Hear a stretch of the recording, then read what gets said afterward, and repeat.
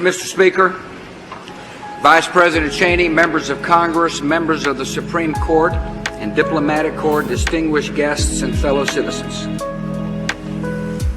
Today, our nation lost a beloved, graceful, courageous woman who called America to its founding ideals and carried on a noble dream.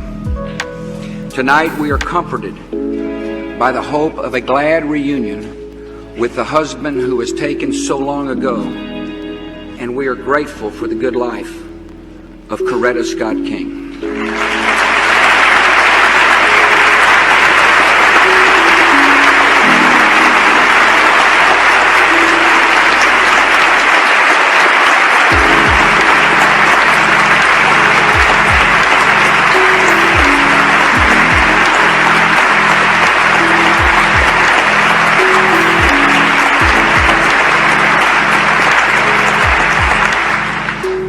Every time I'm invited to this rostrum, I'm humbled by the privilege and mindful of the history we've seen together.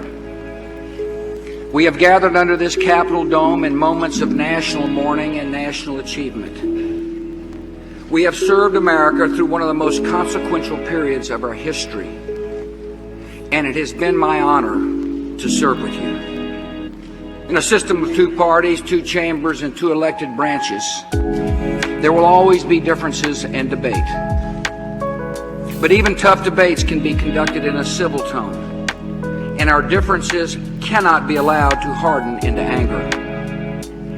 To confront the great issues before us, we must act in a spirit of goodwill and respect for one another, and I will do my part. Tonight, the state of our union is strong, and together we will make it stronger.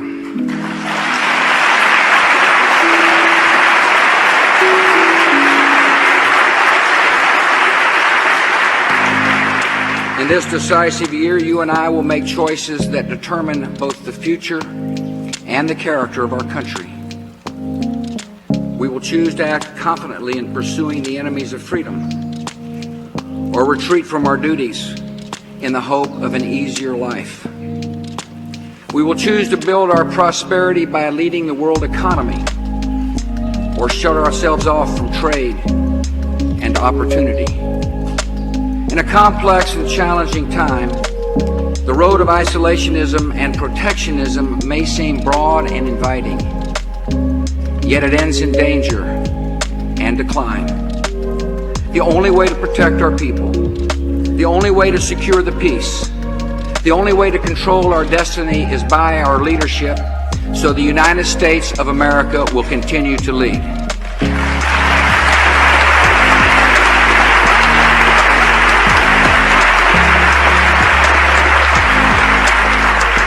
Abroad, our nation is committed to an historic long-term goal. We seek the end of tyranny in our world. Some dismiss that goal as misguided idealism. In reality, the future security of America depends on it. On September the 11th, 2001, we found that problems originating in a failed and oppressive state 7,000 miles away could bring murder and destruction to our country. Dictatorships shelter terrorists and feed resentment and radicalism and seek weapons of mass destruction. Democracies replace resentment with hope, respect the rights of their citizens and their neighbors, and join the fight against terror. Every step toward freedom in the world makes our country safer, so we will act boldly in freedom's cause.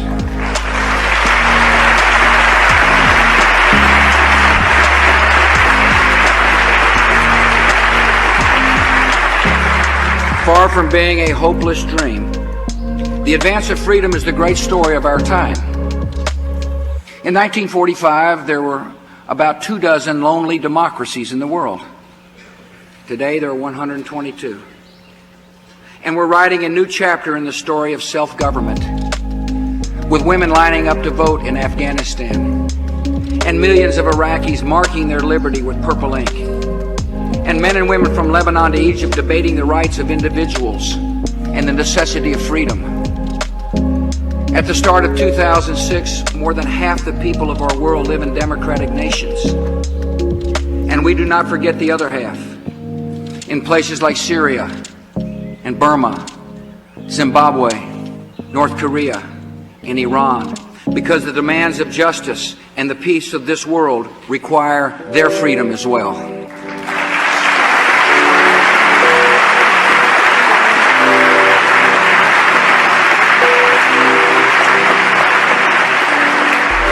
No one can deny the success of freedom, but some men rage and fight against it. And one of the main sources of reaction and opposition is radical Islam, the perversion by a few of a noble faith into an ideology of terror and death. Terrorists like bin Laden are serious about mass murder. And all of us must take their declared intentions seriously. They seek to impose a heartless system of totalitarian control throughout the Middle East and arm themselves with weapons of mass murder. Their aim is to seize power in Iraq and use it as a safe haven to launch attacks against America and the world. Lacking the military strength to challenge us directly, the terrorists have chosen the weapon of fear when they murder children in a school in Beslan, or blow up commuters in London, or behead a bound captive. The terrorists hope these horrors will break our will, allowing the violent to inherit the earth. But they have miscalculated. We love our freedom, and we will fight to keep it.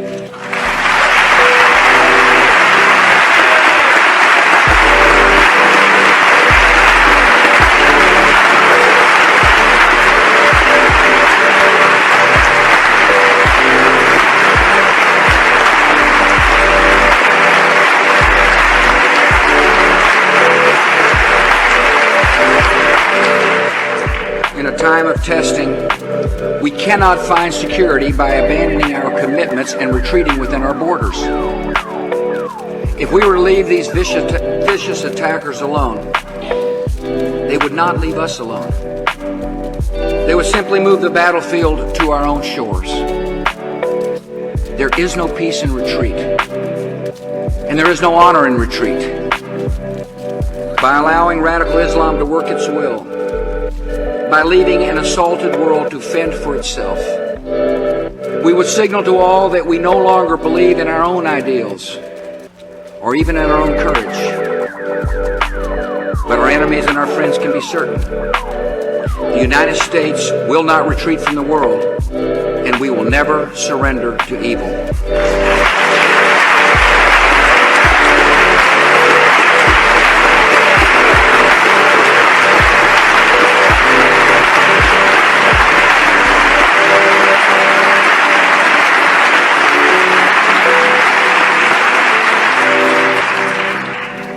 America rejects the false comfort of isolationism. We are the nation that saved liberty in Europe and liberated death camps and helped raise up democracies and face down an evil empire. Once again, we accept the call of history to deliver the oppressed and move this world toward peace. We remain on the offensive against terror networks.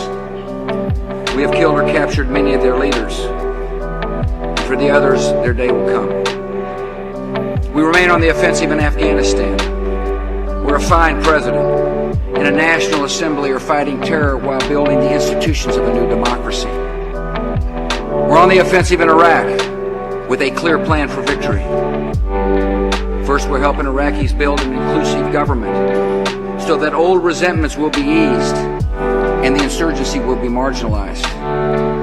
Second, we're continuing reconstruction efforts and helping the Iraqi government to fight corruption and build a modern economy so all Iraqis can experience the benefits of freedom. And third, we're striking terrorist targets while we train Iraqi forces that are increasingly capable of defeating the enemy.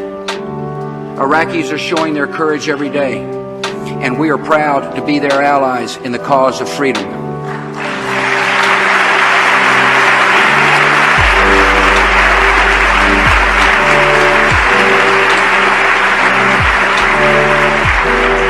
Our work in Iraq is difficult because our enemy is brutal.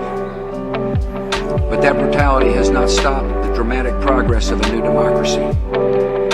In less than 3 years, the nation has gone from dictatorship to liberation, to sovereignty, to a constitution, to national elections. At the same time, our coalition has been relentless in shutting off terrorist infiltration, clearing out insurgent strongholds, and turning over territory to Iraqi security forces. I am confident in our plan for victory. I am confident in the will of the Iraqi people. I am confident in the skill and spirit of our military fellow citizens. We are in this fight to win, and we are winning.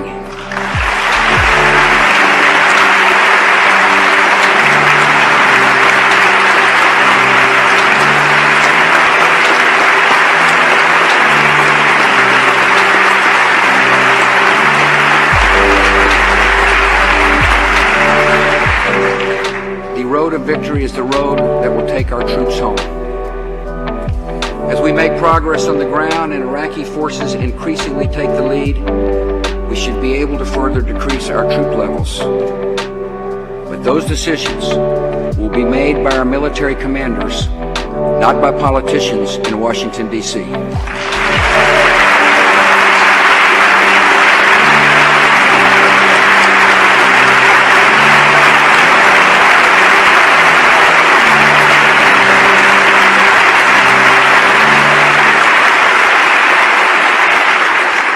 Our coalition has learned from our experience in Iraq. We've adjusted our military tactics and changed our approach to reconstruction. Along the way, we have benefited from responsible criticism and counsel offered by members of Congress of both parties. In the coming year, I will continue to reach out and seek your good advice. Yet there is a difference between responsible criticism that aims for success and defeatism that refuses to acknowledge anything but failure. Hindsight alone is not wisdom, and second guessing is not a strategy.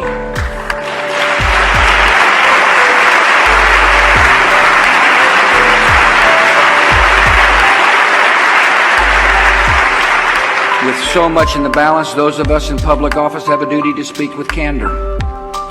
A sudden withdrawal of our forces from Iraq would abandon our Iraqi allies to death in prison, would put men like bin Laden and Zarqawi in charge of a strategic country, and show that a pledge from America means little.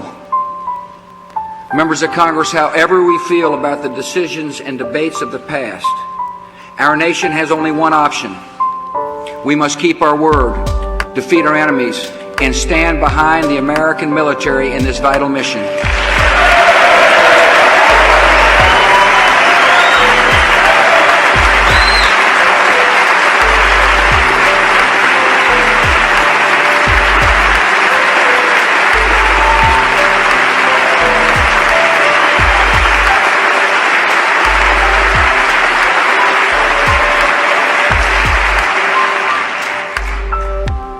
Our men and women in uniform are making sacrifices and showing a sense of duty stronger than all fear.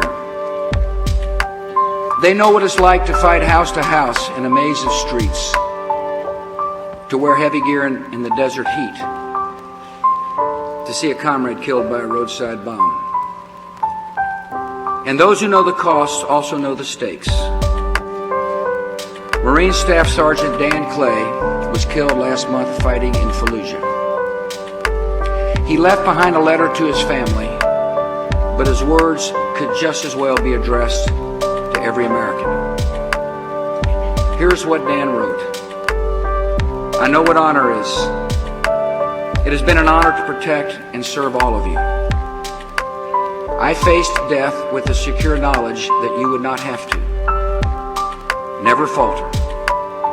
Don't hesitate to honor and support those of us who had the honor of protecting that which is worth protecting. Staff Sergeant Dan Clay's wife Lisa and his mom and dad Sarah, Joe, and Bud are with us this evening. Welcome.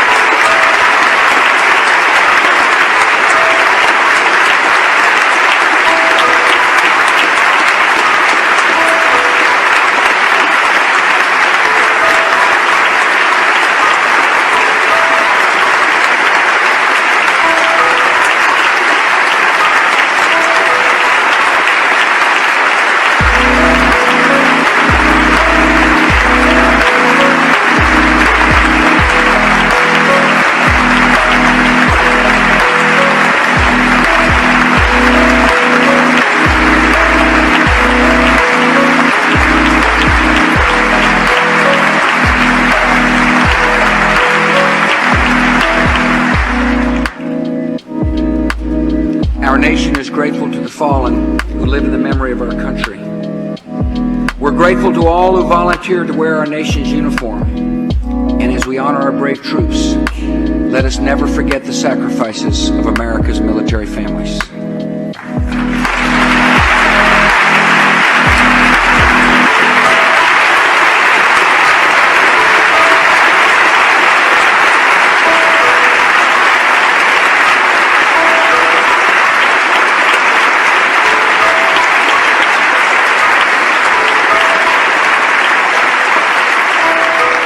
Our offensive against terror involves more than military action.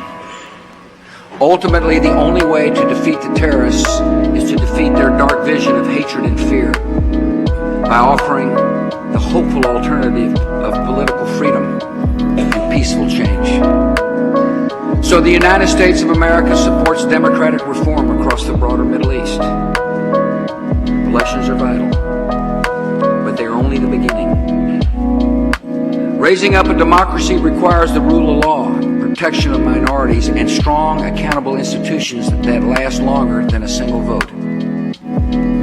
The great people of Egypt have voted in a multi-party presidential election, and now their government should open paths of peaceful opposition that will reduce the appeal of radicalism. The Palestinian people have voted in elections, and now the leaders of Hamas must recognize Israel, disarm, reject terrorism, and work for lasting peace.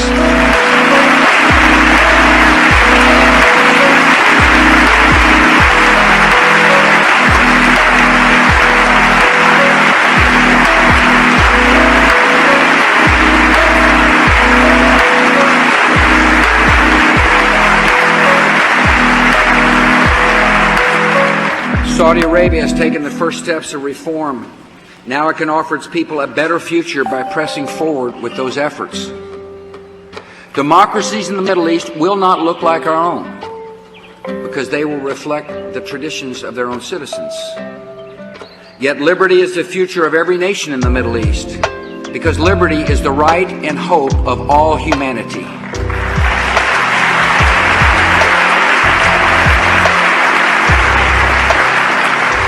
The same is true of Iran, a nation now held hostage by a small clerical elite that is isolating and repressing its people. The regime in that country sponsors terrorists in the Palestinian territories and in Lebanon, and that must come to an end.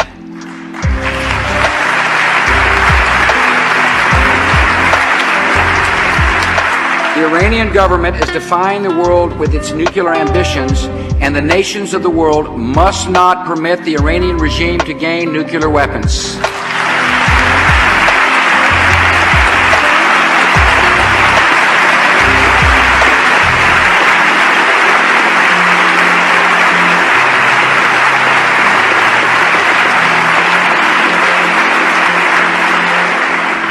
America will continue to rally the world to confront these threats.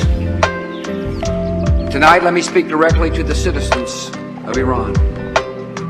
America respects you, and we respect your country. We respect your right to choose your own future and win your own freedom. And our nation hopes one day to be the closest of friends with a free and democratic Iran.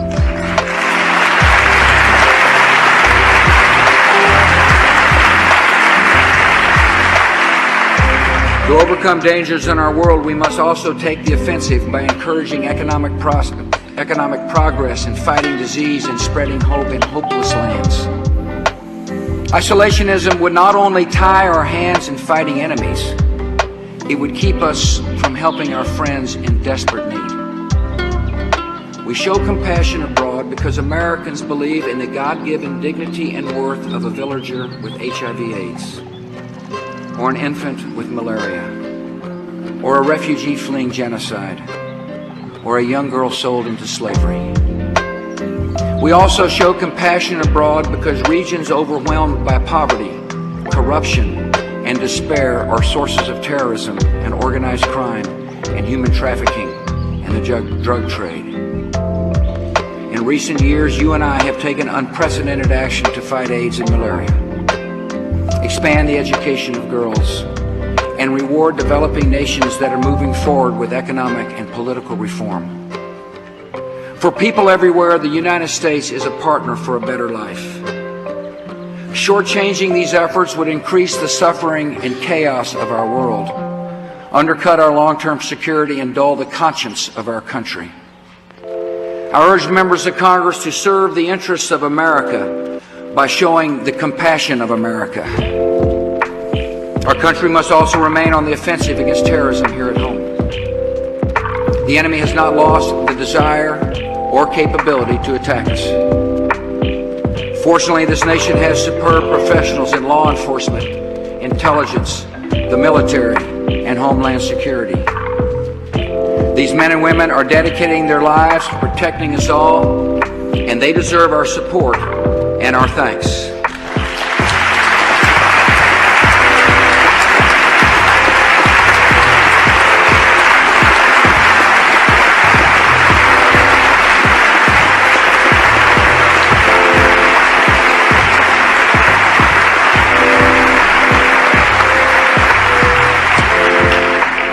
They also deserve the same tools they already use to fight drug trafficking and organized crime, so I ask you to reauthorize the Patriot Act.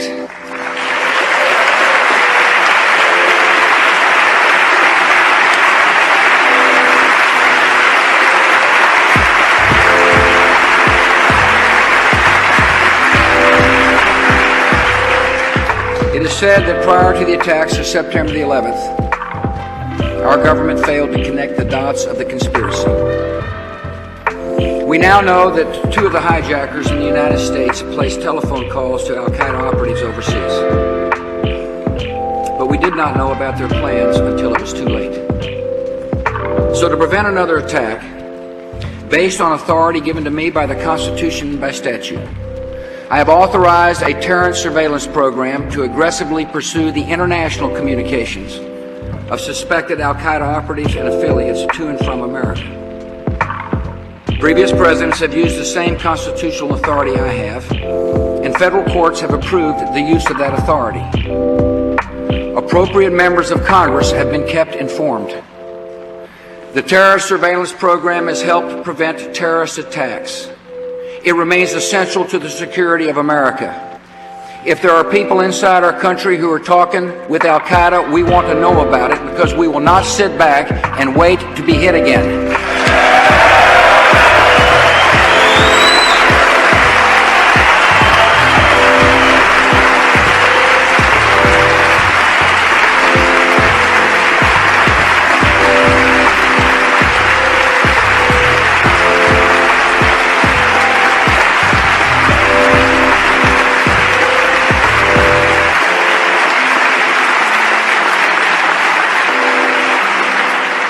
In all these areas, from the disruption of terror networks to victory in Iraq, to the spread of freedom and hope in troubled regions, we need the support of our friends and allies. To draw that support, we must always be clear on our principles and willing to act. The only alternative to American leadership is a dramatically more dangerous and anxious world. Yet we also choose to lead because it is a privilege to serve the values that gave us birth. American leaders, from Roosevelt to Truman to Kennedy to Reagan, rejected isolation and retreat because they knew that America is always more secure when freedom is on the march. Our own generation is in a long war against a determined enemy, a war that will be fought by presidents of both parties, who will need steady bipartisan support from the Congress. And tonight I ask for yours. Together let us protect our country, support the men and women who defend us, and lead this world toward freedom.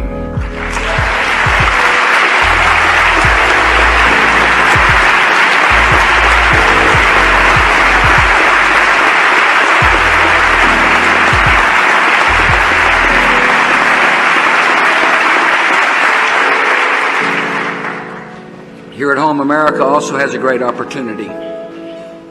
We will build the prosperity of our country by strengthening our economic leadership in the world. Our economy is healthy and vigorous, and growing faster than other major industrialized nations.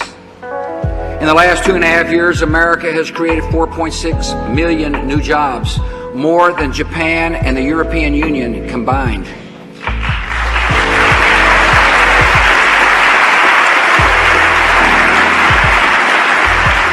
Even in the face of higher energy prices and natural disasters, the American people have turned in an economic performance that is the envy of the world. The American economy is preeminent, but we cannot afford to be complacent.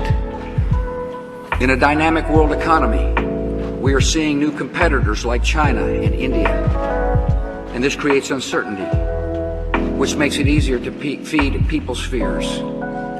So we're seeing some old temptations return. Protectionists want to escape competition, pretending that we can keep our high standard of living while walling off our economy. Others say that the government needs to take a larger role in directing the economy, centralizing more power in Washington and increasing taxes. We hear claims that immigrants are somehow bad for the economy, even though this economy could not function without them.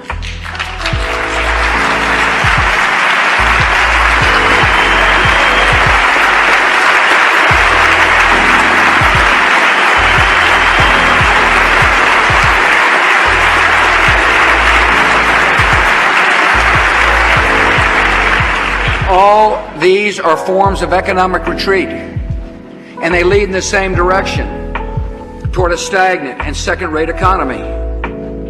Tonight I will set out a better path, an agenda for a nation that competes with confidence, an agenda that will raise standards of living and generate new jobs. Americans should not fear our economic future because we intend to shape it. Keeping America competitive begins with keeping our economy growing. And our economy grows when Americans have more of their own money to spend, save, and invest.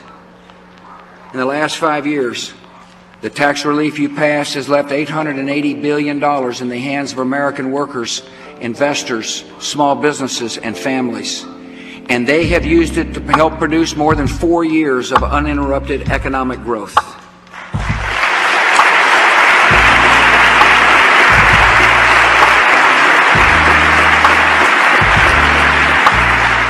Yet the tax relief is set to expire in the next few years. If we do nothing, American families will face a massive tax increase they do not expect and will not welcome.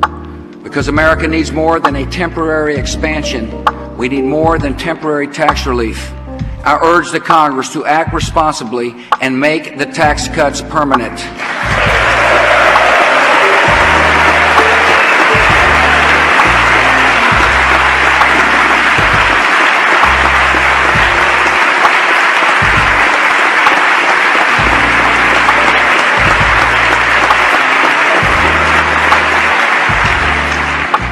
Keeping America competitive requires us to be good stewards of tax dollars. Every year of my presidency, we've reduced the growth of non-security discretionary spending.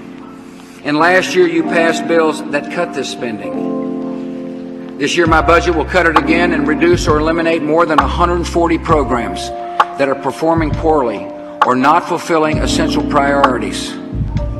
By passing these reforms, we will save the American taxpayer another $14 billion next year and stay on track to cut the deficit in half by 2009.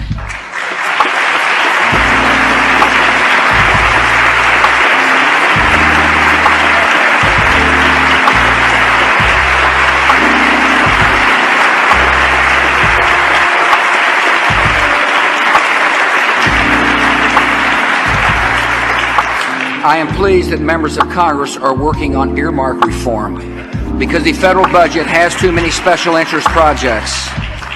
And we can tackle this problem together if you pass the line item veto.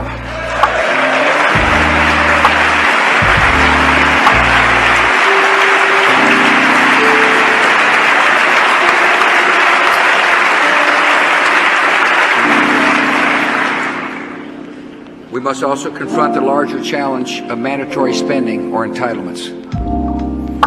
This year, the first of about 78 million baby boomers turn 60, including two of my dad's favorite people, me and President Clinton.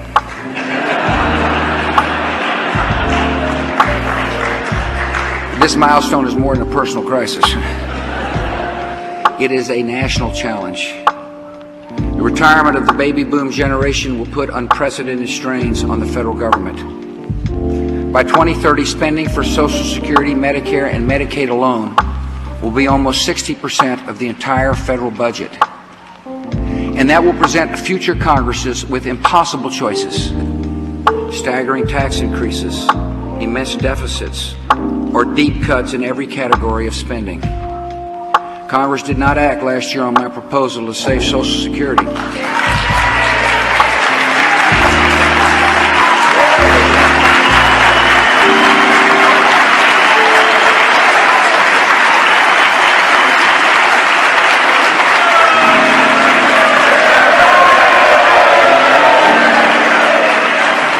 Yet the rising cost of entitlements is a problem that is not going away.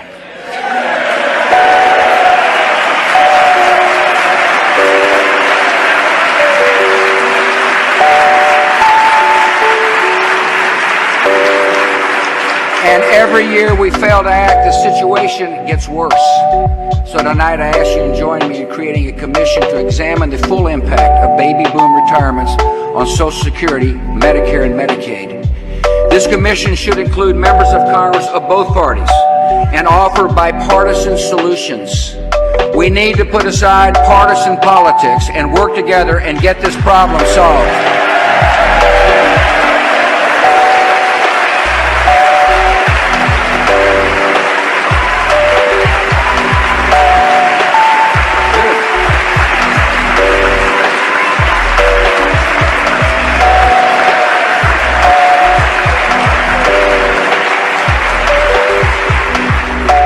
Keeping America competitive requires us to open more markets for all that Americans make and grow. 1 out of every 5 factory jobs in America is related to global trade, and we want people everywhere to buy American. With open markets and a level playing field, no one can outproduce or outcompete the American worker.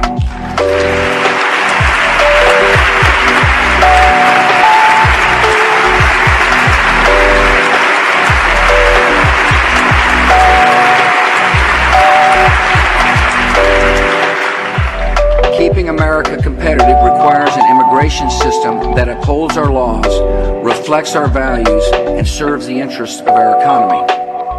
Our nation needs orderly and secure borders.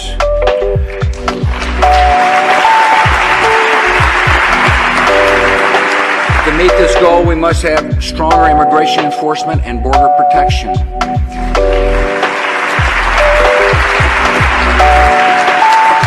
And we must have a rational, humane guest worker program that rejects amnesty, allows temporary jobs for people who seek them legally, and reduces smuggling and crime at the border.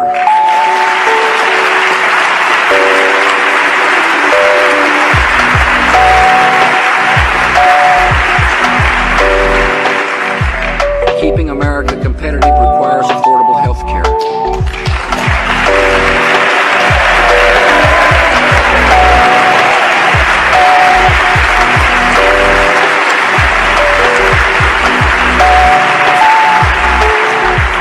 Our government has a responsibility to provide health care for the poor and the elderly, and we are meeting that responsibility. For all Americans, we must confront the rising cost of care, strengthen the doctor-patient relationship, and help people afford the insurance coverage they need. We will make wider use of electronic records and other health information technology to help control costs and reduce dangerous medical errors. We will strengthen health savings accounts, making sure individuals and small business employees can buy insurance with the same advantages that people working for big businesses now get.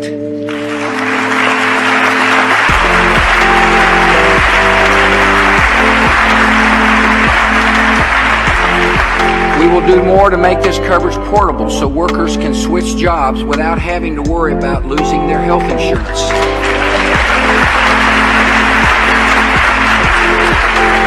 And because lawsuits are driving many good doctors out of practice, leaving women in nearly 1,500 American counties without a single OBGYN, I ask the Congress to pass medical liability reform this year.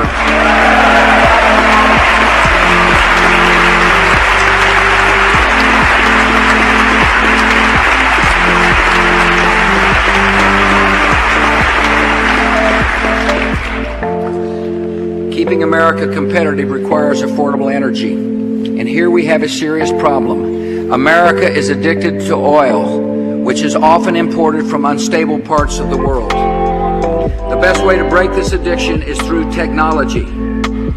Since 2001, we have spent nearly $10 billion to develop cleaner, cheaper, and more reliable alternative energy sources.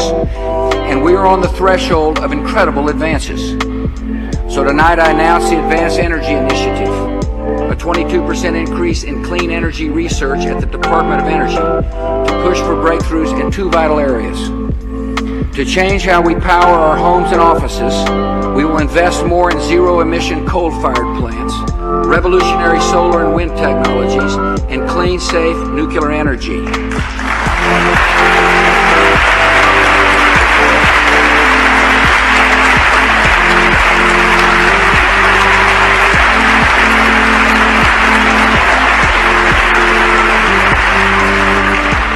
We must also change how we power our automobiles.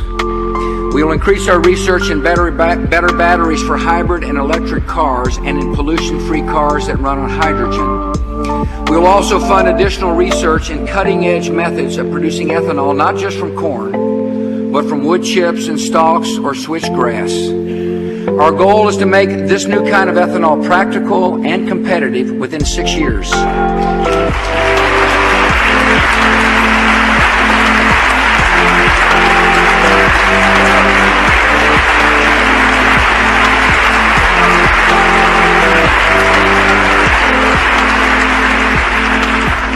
Breakthroughs on this and other new technologies will help us reach another great goal, to replace more than 75% of our oil imports from the Middle East by 2025. By applying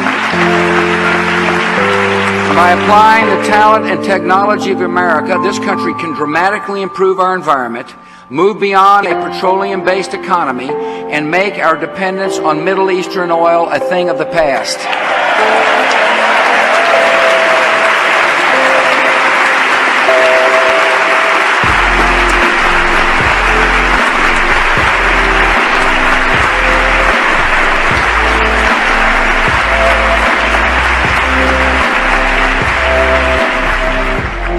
Keep America competitive, one commitment is necessary above all. We must continue to lead the world in human talent and creativity. Our greatest advantage in the world has always been our educated, hardworking, ambitious people, and we're going to keep that edge. Tonight I announce an American Competitiveness Initiative to encourage innovation throughout our economy and to give our nation's children a firm grounding in math and science.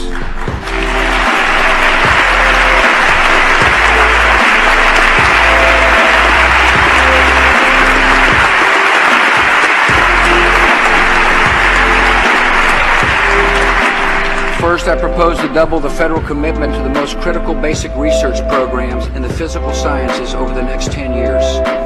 This funding will support the work of America's most creative minds as they explore promising areas such as nanotechnology, supercomputing, and alternative energy sources. Second, I propose to make permanent the Research and Development Tax Credit to encourage bolder private sector initiative and technology. With more research in both the public and private sectors, we will improve our quality of life and ensure that America will lead the world in opportunity and innovation for decades to come.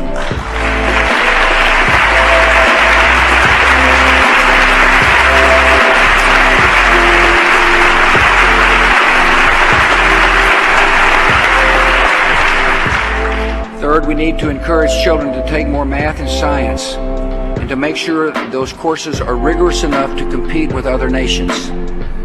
We made a good start in the early grades with the No Child Left Behind Act, which is raising standards and lifting test scores across our country. Tonight I propose to train 70,000 high school teachers to lead advanced placement courses in math and science. Bring 30,000 math and science professionals to teach in classrooms. and give early help to students who struggle with math so they have a better chance at good, high-wage jobs. If we ensure that America's children succeed in life, they will ensure that America succeeds in the world.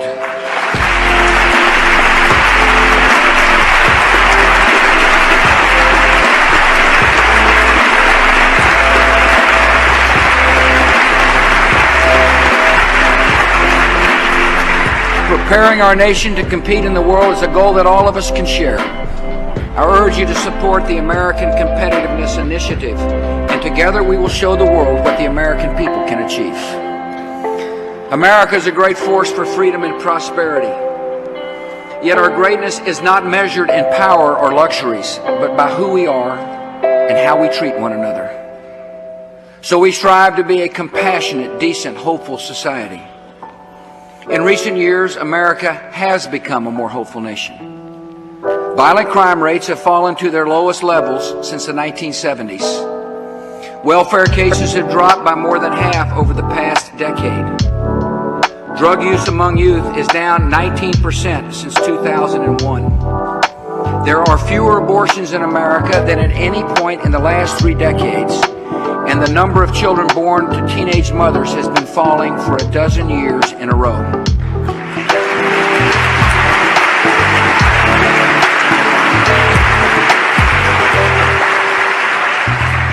These gains are evidence of a quiet transformation, a revolution of conscience in which a rising generation is finding that a life of personal responsibility is a life of fulfillment. Government has played a role. Wise policies such as welfare reform, drug education, and support for abstinence and adoption have made a difference in the character of our country. And everyone here tonight, Democrat and Republican, has a right to be proud of this record.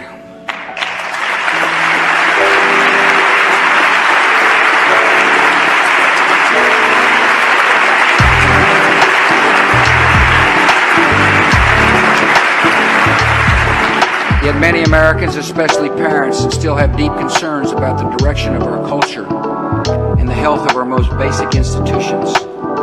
They're concerned about unethical conduct by public officials and discouraged by activist courts that try to redefine marriage.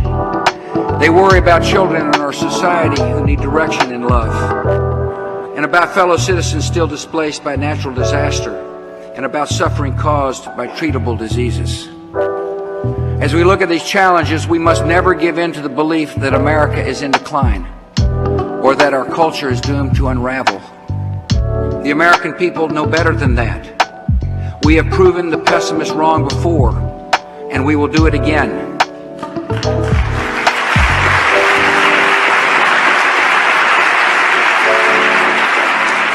A hopeful society depends on courts that deliver equal justice under the law.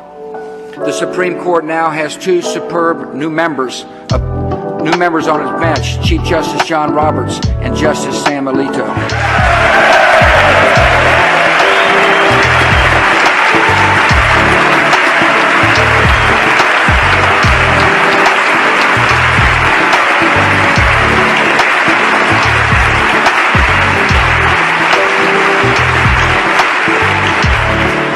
I thank the Senate for confirming both of them. I will continue to nominate men and women who understand that judges must be servants of the law and not legislate from the bench.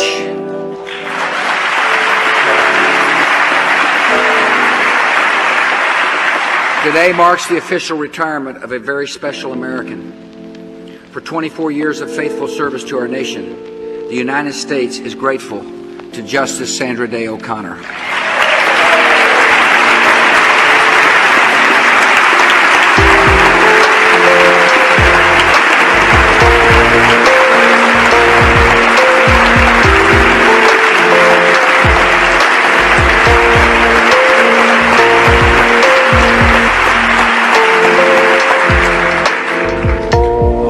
Society has institutions of science and medicine that do not cut ethical corners and that recognize the matchless value of every life. Tonight I ask you to pass legislation to prohibit the most egregious abuses of medical research. human cloning in all its forms, creating or implanting embryos for experiments, creating human-animal hybrids, and buying, selling, or patenting human embryos. Human life is a gift from our Creator, and that gift should never be discarded, devalued, or put up for sale.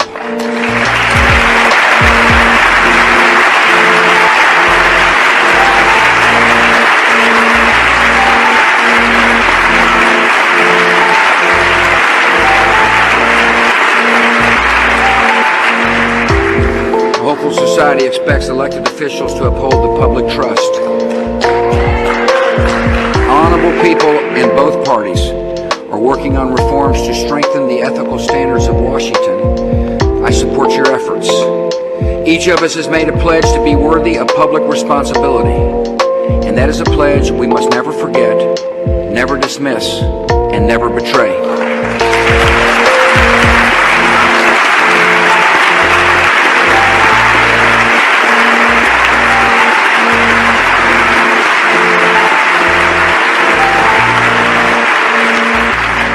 As we renew the promise of our institutions, let us also show the character of America in our compassion and care for one another. A hopeful society gives special attention to children who lack direction and love. Through the Helping America's Youth Initiative, we're encouraging caring adults to get involved in the life of a child. And this good work is being led by our First Lady, Laura Bush.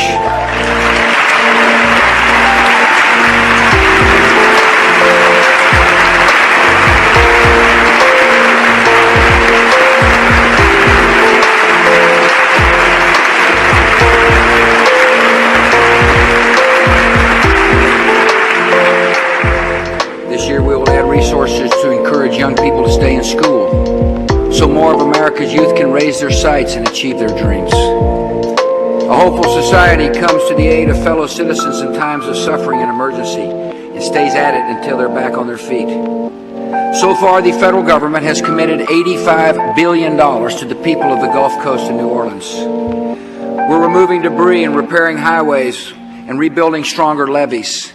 We're providing business loans and housing assistance. Yet as we meet these immediate needs, we must also address deeper challenges that existed before the storm arrived. In New Orleans and in other places, many of our fellow citizens have felt excluded from the promise of our country.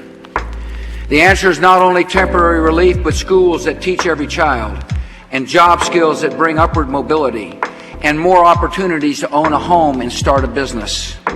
As we recover from a disaster, let us also work for the day when all Americans are protected by justice, equal in hope, and rich in opportunity.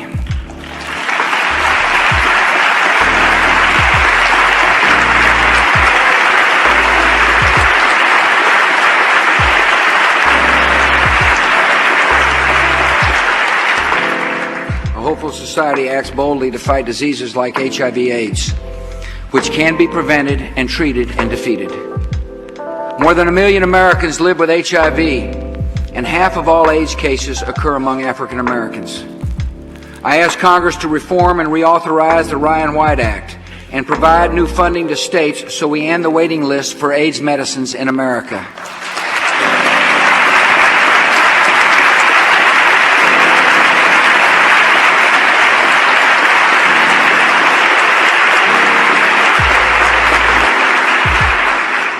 We will also lead a nationwide effort, working closely with African American churches and faith-based groups to deliver rapid HIV tests to millions, end the stigma of AIDS, and come closer to the day when there are no new infections in America.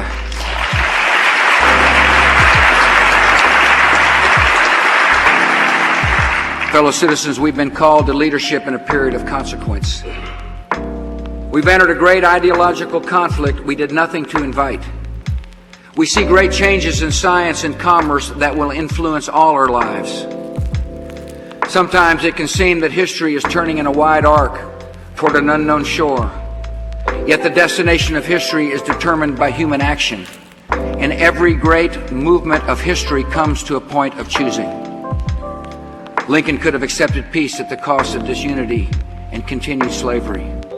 Martin Luther King could have stopped at Birmingham or at Selma and achieved only half a victory over segregation. The United States could have accepted the permanent division of Europe and been complicit in the oppression of others. Today, having come far in our own historical journey, we must decide, will we turn back or finish well? Before history is written down in books, it is written in courage. Like Americans before us, we will show that courage, and we will finish well. We will lead freedom's advance. We will compete and excel in the global economy. We will renew the defining moral commitments of this land. And so we move forward, optimistic about our country, faithful to its cause, and confident of the victories to come. May God bless America.